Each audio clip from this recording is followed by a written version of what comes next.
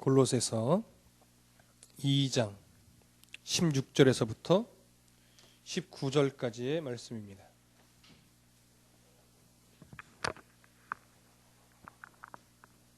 골로새서 2장 16절에서부터 19절까지 우리 교독하겠습니다. 19절은 함께 읽습니다. 그러므로 먹고 마시는 것과 절기나 초하루나 안식일을 이유로 누구든지 너희를 비판하지 못하게 하라.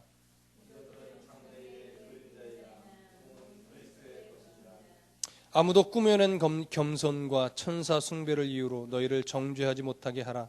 그가 그 본 것에 의지하여 그 육신의 생각을 따라 헛되이 과장하고 머리를 붙들지 아니하는지라. 온몸이 머리로 말미암아 마디와 힘줄로 공급함을 받고 연합하여 하나님이 자라게 하심으로 자라느니라. 아멘. 오늘 본문의 말씀 이전의 말씀들은 결국 사도 바울이 골로새 교회 안에 있는 그 유대인들 중에 개종자, 그래서 예수를 믿어도 할례도 받아야 된다, 그래야 온전한 구원이 된다, 이런 헛된 가르침을 하는 자들에게 우리는 예수 그리스도와 함께 장사되고 예수 그리스도와 함께 산자가 되었다. 이미 예수 그리스도가 그 모든 율법의 완성자요 승리자이기 때문에 우리는 더 이상 율법에 얽매이지 않아도 된다. 모든 하나님의 백성들이 주 예수 그리스도의 그 십자가에서 구원함을 입었기 때문에 우리는 이제 율법의 올무가 메인 자가 아니다라는 것, 이런 것들을 나누었습니다. 그래서 16절에 보면 시작을 무엇으로 하냐면 그러므로 이렇게 얘기합니다.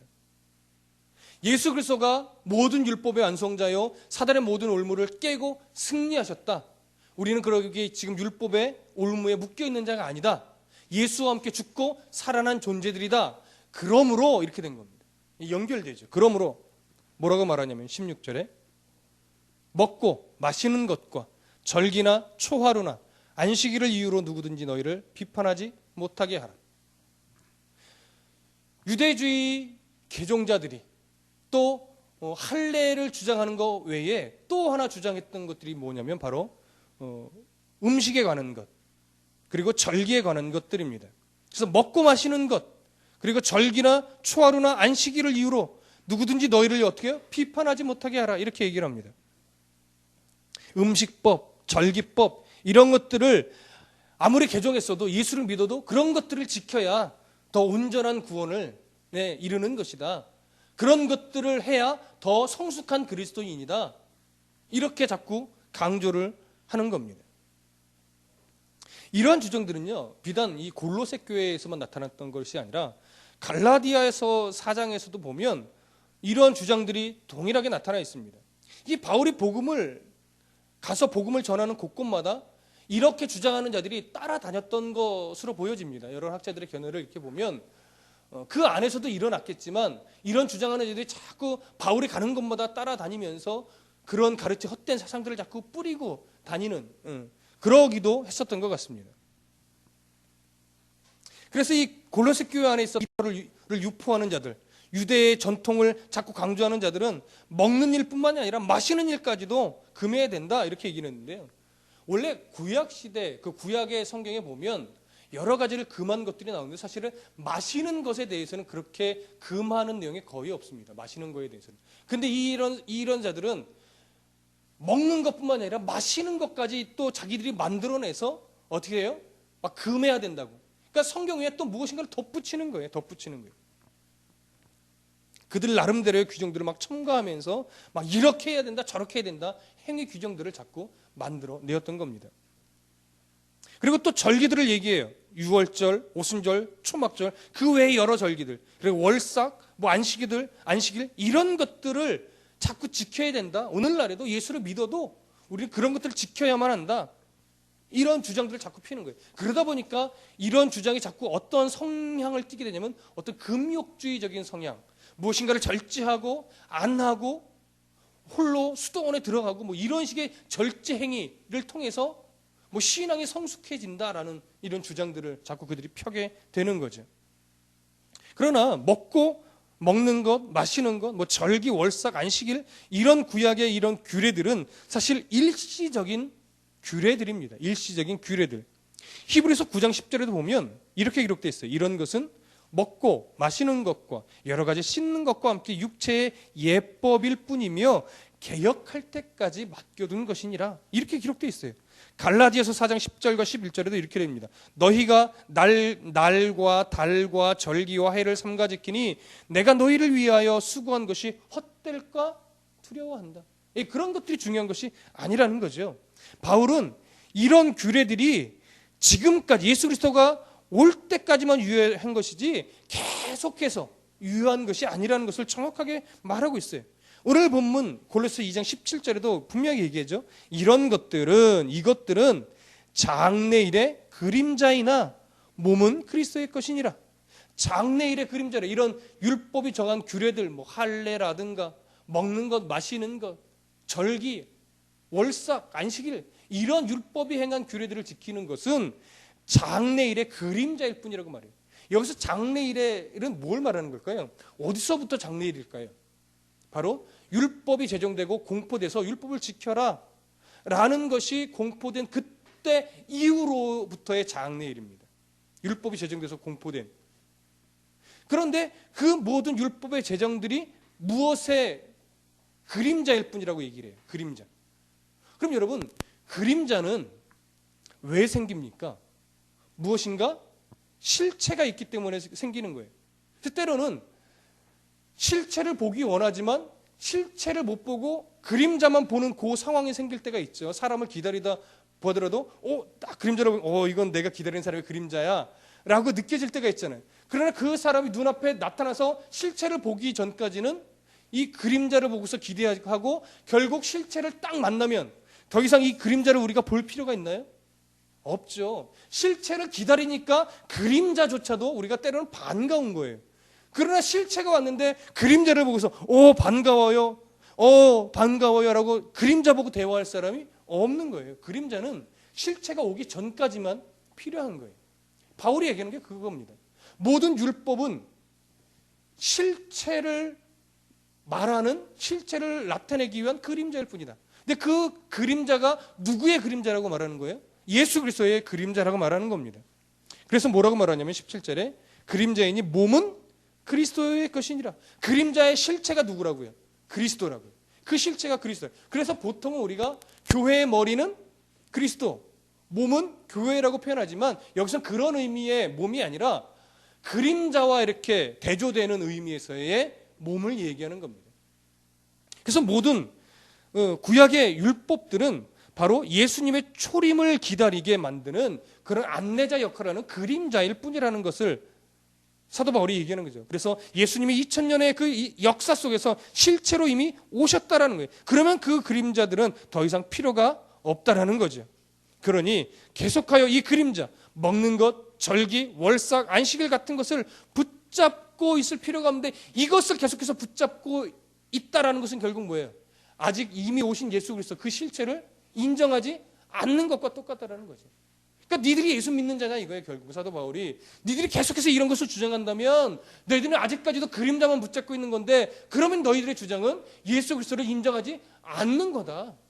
그런 주장이 되는 거예요. 여러분. 그렇기 때문에 우리는 늘 조심해야 됩니다.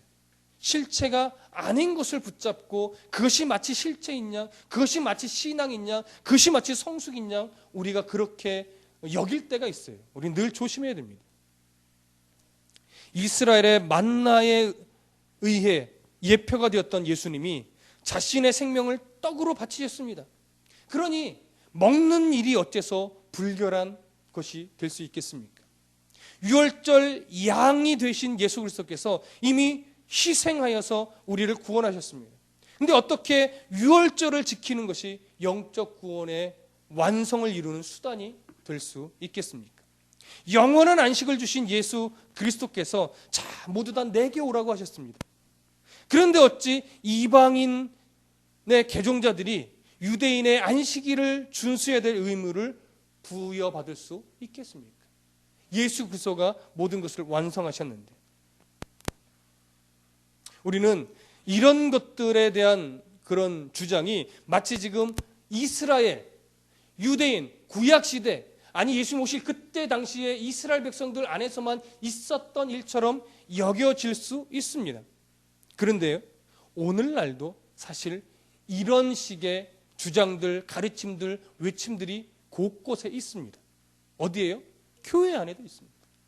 교회 밖에 있는 것은 당연한 것이고 교회 안에도 그런 주장들이 있단 말이에요. 내가 믿은 이런 통로의 과정들을 다른 사람에게 자꾸 강요해서 내가 받은 구원의 과정과 다른 사람이 다르면 그 사람을 죽일 놈 만드는 것이 사실 요즘 시대의 여러 외침들 가운데 그런 식의 외침들이 있습니다. 어떠한 경로로 믿음이 생겼든지 어떠한 스타일로 믿음이 생겼든지 간에 중요한 것은 예수 그리스도의 십자가 그것 외에 다른 것이 덧입혀져서는 안 된다는 거죠.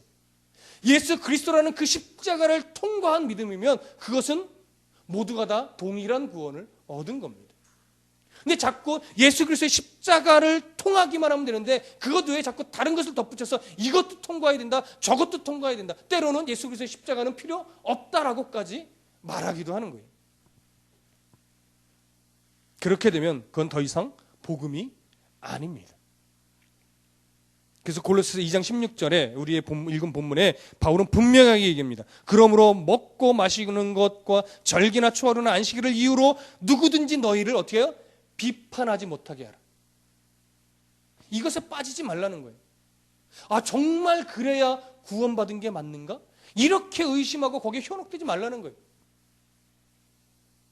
여러분, 이런 식의 외부적인 유혹들이 뭐가 있냐면 이렇게 질문하는 사람들이 종종 있죠. 구원 받으셨습니까?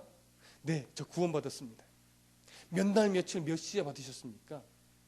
우리가 태어난 생일도 기억하는데 구원받은 거듭난 날짜를 모르면 그것은 정말 구원받은 게 아니에요. 어떻게 구원받은 중생의 날인데 어떻게 그것을 모를 수가 있습니까? 우리 교회로 오세요. 그러면 그것을 알 수 있습니다. 그리고 혹하지 않겠습니까? 그것이 바로 박옥수가 주장하는 거죠. 기쁜 소식 교회, 기쁜 소식 선교회. 여러분, 성경 분명히 말합니다. 바람이 어디서 나서 어디로 불어가는지 알 수 없듯이 우리가 중생한 사건은요, 영적인 사건이고 하나님의 작정과 관계된 일이기 때문에 그 중생의 날은, 중생의 시간은 알 수 없습니다. 그리고 성경이 그것을 어디에서도 중생의 날을 모르는 자는 구원받은 것이 아니다라고 기록되어 있는 곳이 없어요. 그런데 많은 그리스도인들이 어떤 이런 종교적인 심리 속에서 그렇게 딱 꼬집으면 말을 못하니까 정말 그런가? 하고 현혹되어 그것에 빠지는 사람이 수없이 많아요. 성경만 꾸준히 읽었어도, 성경에 그런 내용이 없다는 것만 알고 있어도 안 빠질 텐데 그런 가르침들에 빠진단 말이에요. 그것이 진짜 구원에 이르는 길이냐. 여러분, 이런 식이 많잖아요. 오늘날 종종 얘기하지만 하나님의 교회는 뭐예요? 하나님 어머니가 있다 이거예요. 어머니가. 구약 성경에 신들이라고 복수로 하지 않았느냐? 여러 가지 성경의 글에 보면 신부를 얘기하지 않느냐? 이런 식의 표현들을 가지고 자꾸 하나님 어머니라고 얘기해요. 성경이 그걸 말하지 않고 있고 히브리어 성경만 제대로 볼 줄 알아도 그게 아니라는 걸 알 텐데 그들은 잘못된 가르침을 가지고 이야 정말 그 논리가 맞네? 그건 사람의 논리죠. 사람의 논리, 사람의 잣대, 과학적이고 합리적인 사고로 성경을 들이밀으면 거기엔 맞지 않아요. 왜? 영적인 건데요. 영적인 건데. 그러나 영적인 것임에도 불구하고 성경은 사실 잘 따져보면 과학적으로도 틀리지는 않습니다. 이렇게 여러분, 이러한 잘못된 가르침을 가지고 우리를 자꾸 도마 위에 올려놓는 그 가르침들이 많단 말이에요. 근데 성경을 모르고 신앙의 그 성숙함이 여리니까 자꾸 그것에서 비판을 받고 그것에 내가 정말 틀렸나 이렇게 생각을 갖는 자들이 있어요. 성경 그러지 말라. 바울이 그런 비판 때 네 스스로를 올리지 말라는 거예요. 그렇지 않다라는 거죠. 예수 그리스도를 머리로만 두고 있으면 문제가 안 된다라는 거예요. 어떤 이들이 성도들에게 또 이렇게 말합니다. 영성이란 이런 특정한 행동, 규범들을 잘 지켜야만 영성이 세워져. 이렇게 얘기합니다. 진정한 영성은 남들과는 다른 특별한 이런 음식을 먹어야 되고 이런 것들은 하지 말아야 되고 이런 것을 해야 되고 이런 것은 많이 할수록 더 깊어져. 이런 게 있어요. 한때 이런 게 많이 있었죠. 여러분 뭐냐면 방언 못하면 구원도 못 받은 것처럼, 구원받은 게 아닌 것처럼 외치는, 교회에서 외쳐질 때가 있어요. 물론 순복음교회에서 그랬지만, 지금은 이단으로 치지 않지만, 당시 그렇지 않으면 마치 구원받은 것처럼, 구원 못 받은 것처럼 이 얘기하는 주장이 굉장히 강해서 한때 이단 시위가 붙기도 했었습니다. 방언은 분명히 있습니다. 그러나 방언이 구원의 조건은 아닙니다. 성경에도 분명하게 기록되어 있는데 그런 것들이 왜곡되어지죠. 또 뭡니까? 신유은사가 있으면 신앙이 되게 높은 것처럼 여길 때가 있고, 또 뭐가 있습니까? 그 40일 금식도 몇 회 정도 하면 이야, 저 사람 믿음 대단해 라고 여겨지기도 합니다. 그리고 이것은 대부분 사람들이 잘 못 느끼는데, 참 제가 존경하던 오카는 목사님, 사랑의 교회, 지금 돌아가셨지만 오카는 목사님 한국교회에 하나의 획을 걷던 아주 좋은 가르침 중에 하나가 제자훈련입니다. 제자훈련 너무나 귀한 사역입니다. 그런데 그러다 보니까 사랑의 교회에 위험적인 요소가 하나 있었습니다. 제자훈련 안 하는 교회는 수준이 낮게 보는 거예요. 제자훈련 한번 받지 않은 성도는 신앙이 미성숙한 것처럼 이렇게 치부될 때가 있었어요. 여러분, 제자훈련은 좋은 겁니다. 근데 제자훈련 받으면 신앙이 성숙하고 안 받으면 신앙이 미성숙한 게 아니에요. 성경에 어디 그걸 말하고 있습니까? 그런데 자꾸 세상의 교회 안에서 무엇인 것들이 있냐면, 자기들이 무엇을 행함으로 신앙이 성숙해지고 우월해졌다라고 하는, 종교적인 어떤 행위를 통해서 내 신앙이 성숙해지고 우월해졌다라는 우월의식들이 자꾸 곳곳에 자리 잡고 있어요. 교회가 커질수록 그런 일이 많고, 교회 어떤 은사가 많을수록 그런 일들이 많이 벌어집니다. 성경은 그렇다고 말하지 않고 있습니다. 신앙의 성숙은 뭐냐? 예수 그리스도를 머리로 붙잡고 있느냐? 예수 그리스도를 머리로 붙잡고 있지 않고 있느냐? 이것이 그 기준이라고 말하는 거예요. 예수는 포도나무, 우리는 가지예요. 포도나무 대신 예수 그리스도에 우리가 접붙임되어 있으면 그 성도는 뭐예요? 성숙한 성도예요. 그렇지 않으면, 예수 그리스도 포도나무 대신 예수 그리스도에 접붙임 받지 않은 성도는 미성숙하지요. 아니면 구원받지 못한 백성일 수도 있어요.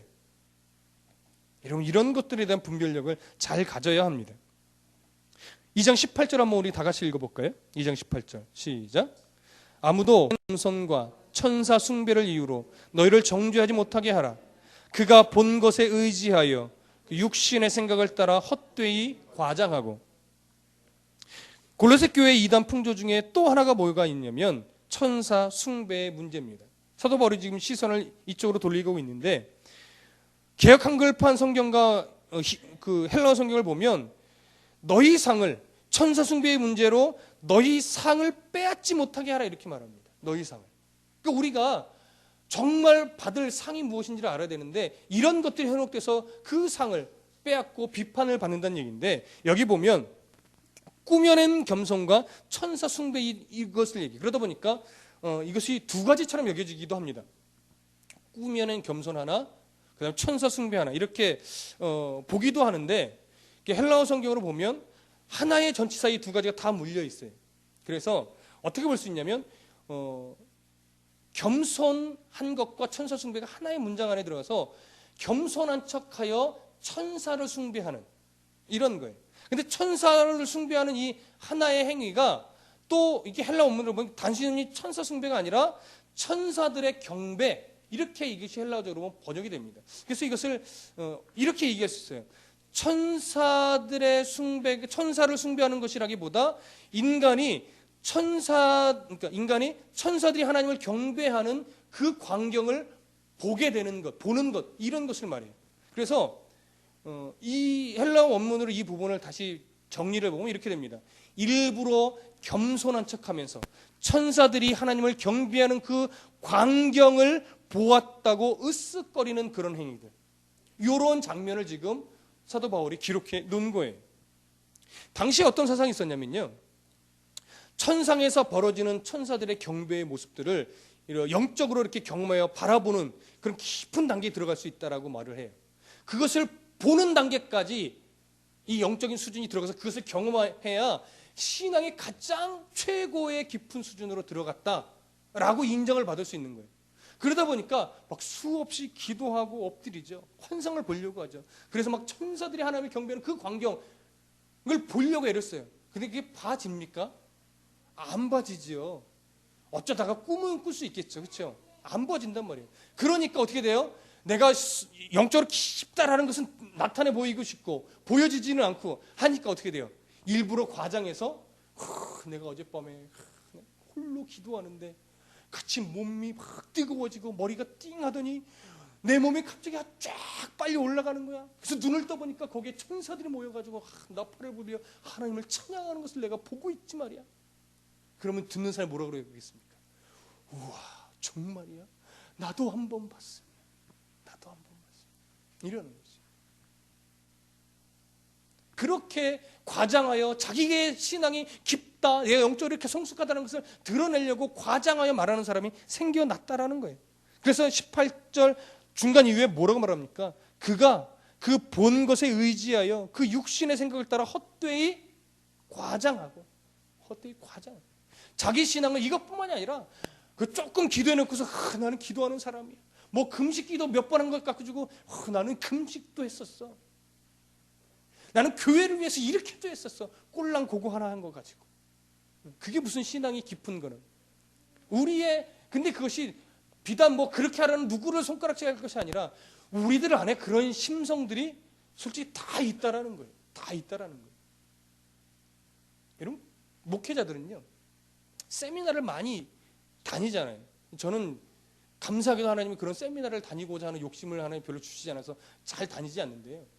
특히 뭐 교회 개척 세미나 아니면 교회 부흥을 위한 어떤 프로그램 세미나 같은 데 보면 그분들 막 나와서 이야기를 하면 돼요. 몇 번 어쩔 수 없이 가서 본 적이 있는데 가면 내가 개척 때 이런 어려움을 겪고 있는데 내가 이렇게 엎드려서 기도했더니 하나님이 결국은 이렇게 해주시더라 하면서 막 성도들을 보내주시고 어떤 날은 난 아무것도 안 하는데 막 보내주시고 그러니까 교회가 지금 수천 명이 되고 건축을 몇 번 했고 막 이렇게 얘기를 합니다. 물론 그것이 굉장히 선한 의도로 되어지는 경우도 있지만 일부는요 결국 자기 자랑하다 끝나는 경우도 굉장히 많아요. 신학교 다닐 때 이제 목사님들이 뭐 가끔 어느 교회 큰 교회 목사님들이 오셔가지고 뭐 학생 신학생들 뭐 식사 대접도 하면서 뭐 체프 시간에 예배를 말씀을 전한단 말이에요. 그러면 신학생들한테는 말씀을 바르게 전하고 뭐 이런 신학생으로서 가져야 될 이런 본분에 대해서 바르게 선배로서 가르쳐야 되는데 그 설교하는 20-30분 동안에 결국 처음부터 끝까지 뭐였냐면 우리 교회는 이렇게 크고 우리 교회는 이렇게 헌금이 들어오고 우리 교회는 이렇게 건축을 했고 우리 교회는 이렇게 좋은 재료를 써서 교회를 지었고 그거 교회 자랑하다가 끝나는 경우가 사실은 많아요. 그래서 하도 열받아가지고 채플 중간에 막 몰래 빠져나가기도 하고 이런 못된 짓을 저도 가끔 해봤습니다. 그런 경우가 있어요. 그러면 막 인간적으로 승질이 나죠. 뭔 신학생들하고 와가지고 교회 자랑이나 하고 가? 차라리 밥이나 사고 가지 마. 우린 종종 이렇게 말하게 돼. 뭐 그런 말을 하는 것도 사실은 바람직한 건 아닙니다. 어쨌든 이렇게 자꾸 신앙이 나를 드러내고 내게 일어난 일을 드러내고 자랑거리를 삼으려는 경우가 종종 있어요. 근데 당시에도 똑같단 말입니다. 모양새가 약간 다를 뿐이지 그 중심은 다 똑같은 거예요. 우리 안에도 있습니다. 근데 여러분, 신앙은 어떠한 체험을 통해서 자기의 신앙의 영적 수준이 드러나는 것이 아닙니다. 영적인 체험은 이제 신앙의 깊이로 들어가라고 하는 사인일 뿐이에요. 진짜 영적인 수준은 어디에서 드러납니까? 삶 속에서 드러나요. 정말 예수 그리스도를 머리로 하고 그 뜻에 순종하려고 몸부림치고 있는가? 그것으로 네가 하나님을 위해서 무엇을 포기했니? 네가 하나님을 위해서 무엇을 내려놓았니? 이런 것들을 통해서 드러나는 거예요. 여러분 19절 보십시오. 19절 다 같이 읽어보겠습니다. 19절 시작. 머리를 붙들지 아니하는지라 온 몸이 머리로 말미암아 마디와 힘줄로 공급함을 받고 연합하여 하나님이 자라게 하심으로 자라느니라. 19절에 많은 사람들이 왜 이렇게 자기 자랑, 영적인 수준을 높이려고 막 드러내려고 애를 쓰는가? 그 이유를 말합니다. 머리를 붙들지 아니하기 때문에 그렇다라는 거예요. 머리를 붙들지 아니하기 때문에. 예수 그리스도를 머리로 붙잡으면 그 머리를 통해서 모든 온 몸이 마디와 힘줄로 공급함을 받고 연합하여 하나님이 자라게 하신다라는 거예요. 예수 그리스도를 머리로 삼으면 하나님이 그 몸을 어떻게 해요? 자라게 하신다라는 거지. 여러분 이것이 교회의 사실은 교회 성장의 핵심입니다.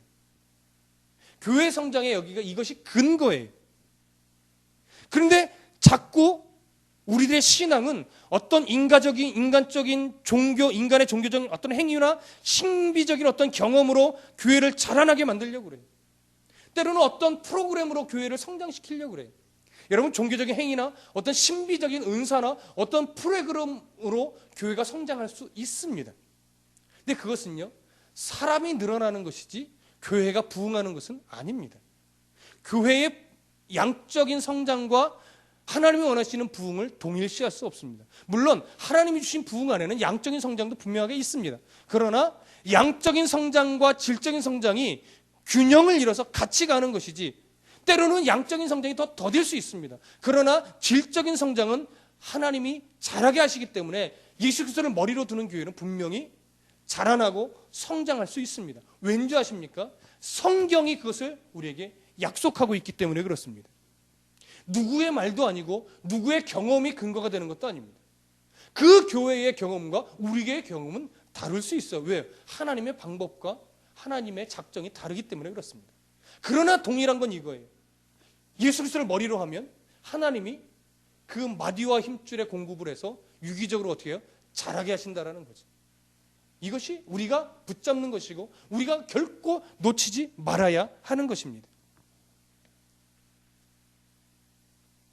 어떤 목회자도 어떠한 교회도 이런 완전할 수 없습니다. 그래서 성도든 목회자든 늘 모든 것의 기준이 성경이어야 합니다. 때로는 정말 성경에서 나온 예수 그리스도를 머리로 하는 좋은 프로그램이 있을 수도 있습니다. 그런 것들은 또 따라가서 배워야 되겠죠. 그런데 예수 그리스도를 머리로 하는 것처럼 보이긴 하지만 막상 가서 들어보면 예수 그리스도가 머리가 아니라 사람의 경영적인 사고와 합리적인 이성이 조합돼서 어떤 경제 논리로 프로그램을 만들어내는 것도 꽤 많아요. 그런 것들을 이용하면 사람 불러 모으고 사람들의 감성을 자극해서 교회의 사람은 늘릴 수 있는 겁니다. 그러나 하나님이 원하는 부흥은 안 되는 거죠.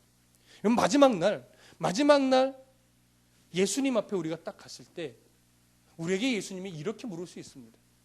너 왜 신앙생활을 그렇게 했니?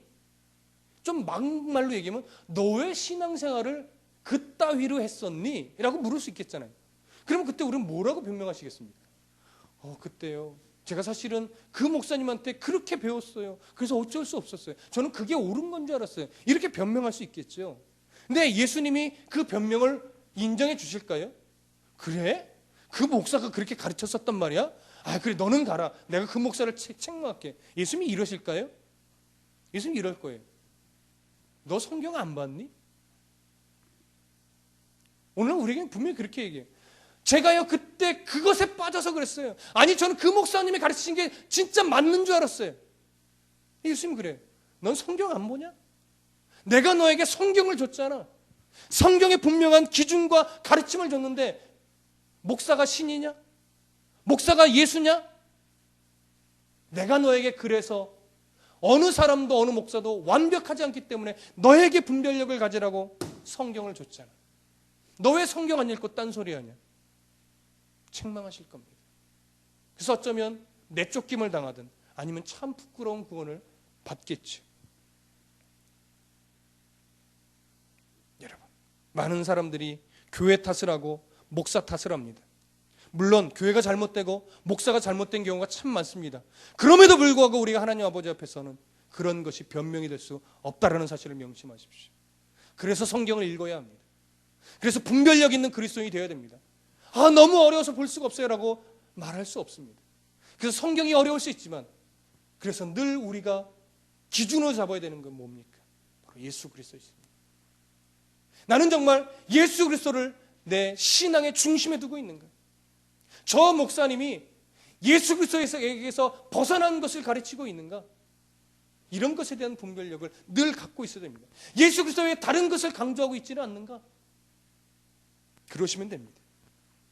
여러분, 교회든 성도든 예수 그리스도에 의해서 성장해야 합니다. 교회든 성도든 하나님이 세워주시고 하나님이 자라게 해주셔야만 성장하고 자랄 수 있는 겁니다. 하나님이 우리를 이끌어 가시는 가운데 기도를 하게 만드시는 것이지, 우리가 기도를 해야 하나님이 이끌어 주시는 것이 아닙니다.